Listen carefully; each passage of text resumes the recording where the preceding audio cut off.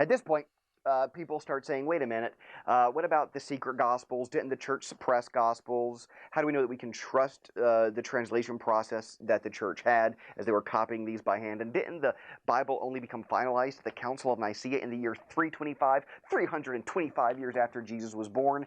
And to all of this, I would say, wait a minute, we can't deal with it all.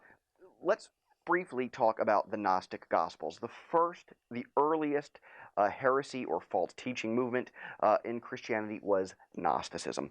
Gnosticism, don't have time to get into it here, but probably was not a single movement, but it was many movements. There was all kinds of versions of Gnostics, and they wrote their own Gospels. The Gospel of Judas, the Gospel of Thomas, the Gospel of Mary, the Gospel of Peter, and these Gospels get weird. At one point in Peter's Gnostic Gospel, Jesus is actually resurrected, and it says that his head is above the clouds. He is supported by two angels whose heads are as tall as the clouds, and walking from the tomb is not just Jesus and the angels, but the actual cross that he was crucified on, and it's speaking. And it says, I testified to the dead.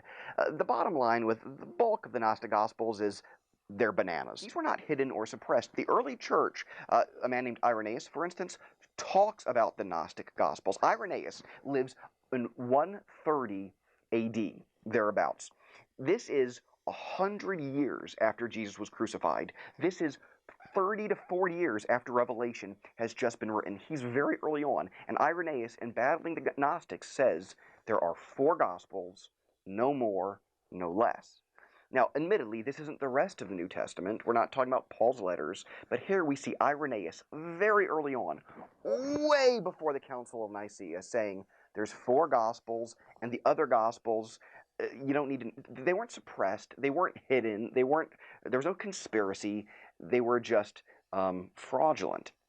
Now, in the early 20th century, a cache of Gnostic Gospels was found in Egypt in a place called Nag Hammadi. And for the first time, we actually had copies of the Gnostic texts. This is great for archaeology. This is great for history. But there is now this, as there is each Gnostic Gospel is slowly translated, this thought as like Time Magazine or PBS or the History Channel will do specials on the hidden Gospels, the secret Gospels. And people think, whoa, why hasn't the church been telling us about these secret Gospels?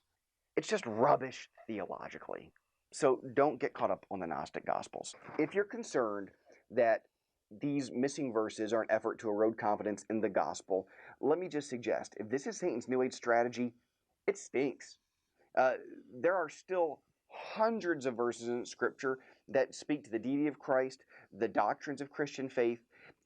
Unless someone's told you that this is a New Age conspiracy, I don't believe any person can honestly read any modern translation of the Bible and come to the conclusion that this is somehow eroding confidence in what God's saying.